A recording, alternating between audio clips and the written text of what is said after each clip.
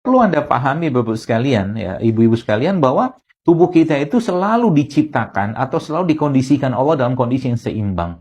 Dalam kondisi seimbang. Tadi saya katakan misalkan nih, kita bicara misalkan maaf keputihan. Keputihan itu kan normal. Menjelang mens kadang-kadang ada keputihan gitu kan. Keputihan seperti itu normal lah keputihannya. Nah, ketika dia muncul keputihan yang tidak normal, maka otomatis ada pemicu ketakseimbangan dalam badannya. Nah, kenapa keputihan yang tidak normal tadi muncul? Maka biasanya terjadi perubahan pada pH darahnya atau pH tubuhnya secara umum. Ya.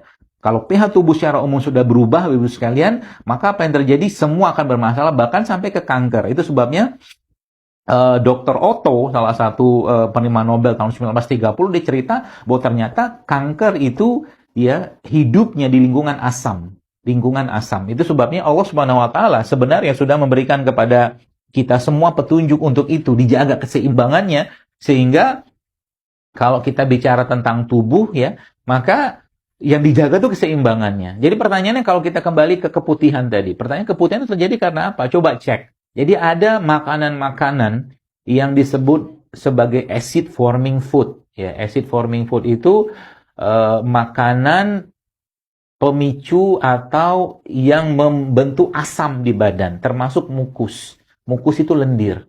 Ya, lendir itu kalau sudah muncul di badan, maka dia akan lengket di mana-mana. Tidak hanya di saluran nafas, tapi di jantung, di pencernaan, semua dia bisa lengket. Maka salah satu yang harus disingkirkan itu sebenarnya. Ya, salah satu singkirkan adalah itu.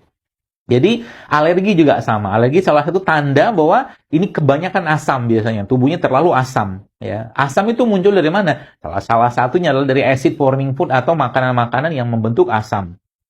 Contohnya apa? Tepung. Ya.